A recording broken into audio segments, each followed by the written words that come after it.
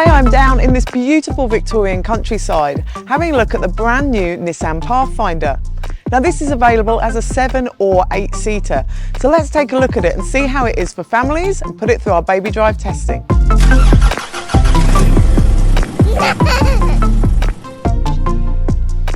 Now the Pathfinder is available as a 7 or 8 seater, and the 7 seater TIL models have captain's chairs in the second row. They also have a removable storage bridge in between them, which is great when you take it out. You've got that walk through to the third row, which is great for third row passengers. Now these second row seats in the TIL models have Isofix and top tether anchorages in them, so you can easily install 2 InfoSecure child seats in here. Now in the third row of all models, there's just one set of Isofix and a top tether anchorage, so you can install an InfoSecure child seat back there too. You could also put InfoSecure folding booster seats in both of the other rear seats because they don't use a top tether anchorage. Now in the 8-seater models, this second row of seats is a bench seat and it's split 60-40.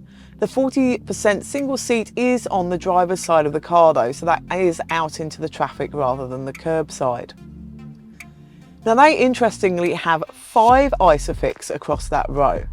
Now it doesn't mean you can install 3 Isofix child seats back there, it just gives you the flexibility of the position that you put 2 Isofix child seats in. Now I'm predicting you could easily fit 3 InfoSecure child seats across that central bench row in an 8-seater Pathfinder.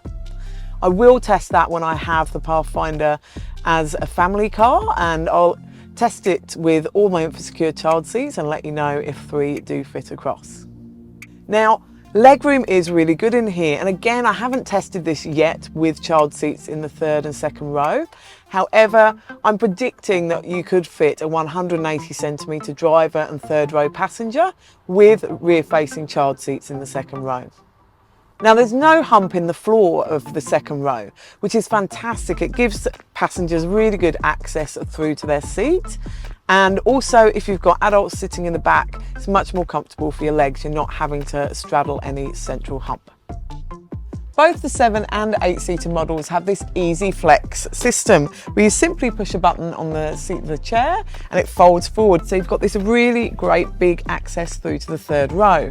And third row passengers can press this button on the back here to get the seat to do the same thing so they can exit easily too. Now you can do this with a rear facing or forward facing child seat installed, as long as they're using the Isofix rather than the seat belt to connect them. Rear passengers are really well catered for in the new Pathfinder. It's got built-in window blinds in the rear doors, which is fantastic for shielding those little passengers from the sun while you're driving along. There's also double cup holders in the doors as well, which is great for little passengers to be able to reach their snacks or their drinks while you're driving too. There's rear aircon vents in the ceiling for both rear rows, which is fantastic, and USB ports there too. The boot of the Pathfinder has a really nice easy one-touch system for open and close, which is really good for when you've got your hands full of kids and all their stuff. Now the boot here with all 7 or 8 seats up is really nice and big. It's actually bigger than the previous model if that's possible. Now a pram will easily fit in here, as you can see, and you've got lots of extra space too. And underneath the boot floor is a really enormous plastic lined storage space, which is fantastic for holidays and camping or putting your wet swimwear.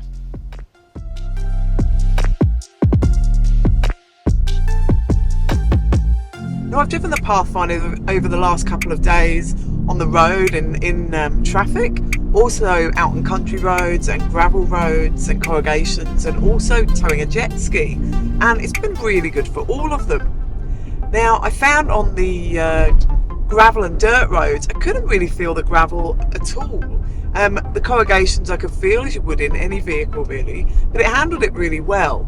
And the noise was really good. Like it's not a noisy car to drive, and that's great because you've probably got enough noise going on in the car already with the kids. Now towing a jet ski was completely fine, and actually I'd never done it before, so I found it really nice and easy. Now one thing some models of the Pathfinder have is a camera in the rear view mirror, and I think when you're loaded up with car seats in the back here, it's actually probably really handy to be able to see out of the back. Although visibility is really good in here. Now, without being full of car seats, you've got lovely big open windows that you can see really nicely out of. Again, I think with car seats, all three in the second row, it might obscure your view out of the rear there, so the camera would be handy. Now, the seating position in here, like the X-Trail, it's a nice little kind of cocooned cockpit you've got here. The seats are really nice and comfy, and this leather's really soft. The new Pathfinder comes with a 9-inch touch media screen with wireless Apple CarPlay and wired Android Auto, a 12.3-inch digital dashboard and a 10.8-inch head-up display with very clear reversing camera images, making reversing and parking nice and easy. It's been a great first drive of the new Nissan Pathfinder, and I will be putting it through our full baby drive testing over Christmas and taking it on a family off-road camping adventure. So look out, because I'll be bringing those to you soon.